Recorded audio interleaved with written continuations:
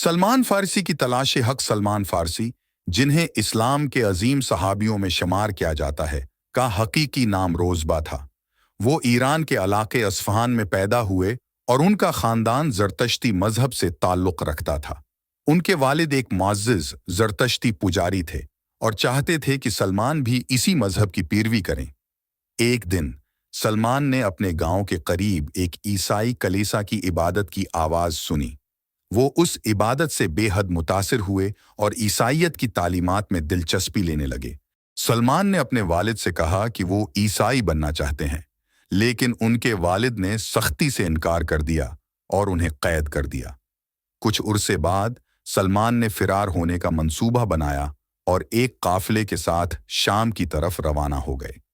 وہاں انہوں نے عیسائی مذہب اختیار کیا اور ایک کلیسا میں رہنے لگے۔ سلمان نے وہاں کے پادری سے دین کی تعلیم حاصل کی اور پوری دلجمی کے ساتھ عبادت میں مشغول رہنے لگے۔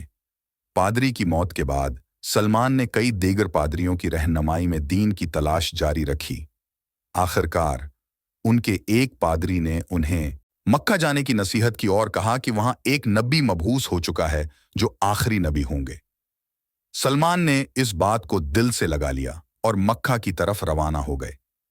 راستے میں انہیں ایک قافلے نے غلام بنا لیا اور مدینہ لے آئے، جہاں انہیں ایک یہودی کے ہاتھوں فروخت کر دیا گیا۔ سلمان نے وہاں محنت مزدوری کرتے ہوئے اپنے نئے آقا کی خدمت کی۔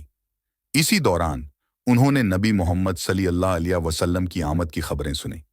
سلمان نے رسول اللہ صلی اللہ علیہ وسلم سے ملاقات کا ارادہ کیا اور ایک دن ان کی خدمت میں حاضر ہو گئے۔ انہوں نے نبی کریم صلی اللہ علیہ وسلم کو چند نشانیاں بتائیں جو انہیں پچھلے پادری نے بتائی تھیں، جیسے کہ نبی کی پشت پر مہر نبوت۔ جب سلمان نے ان نشانیوں کو رسول اللہ صلی اللہ علیہ وسلم میں دیکھا تو وہ فوراً ایمان لے آئے اور اسلام قبول کر لیا۔ رسول اللہ صلی اللہ علیہ وسلم نے سلمان کو آزاد کرانے میں مدد کی اور انہیں اپنے صحابہ میں شامل کر لیا۔ سلمان فارسی نے اسلامی تاریخ میں کئی اہم معرکوں میں شرکت کی، جیسے کہ غزوہ خندق، جہاں ان کی تجویز پر مدینہ کے گرد خندق کھودی گئی۔ سلمان فارسی کی زندگی کی کہانی ہمیں یہ سبق دیتی ہے کہ حق کی تلاش میں ثابت قدمی اور سچائی کی جستجو ہمیں خدا کے قریب لے جاتی ہے۔ یہ قصہ سلمان فارسی کی بے مثال جدوجہد اور سچائی کی تلاش کی عکاسی کرتا ہے۔ ان کی زندگی ہمیں ایمان، حوصلے اور ثابت قدمی کی اہمیت سکھاتی ہے۔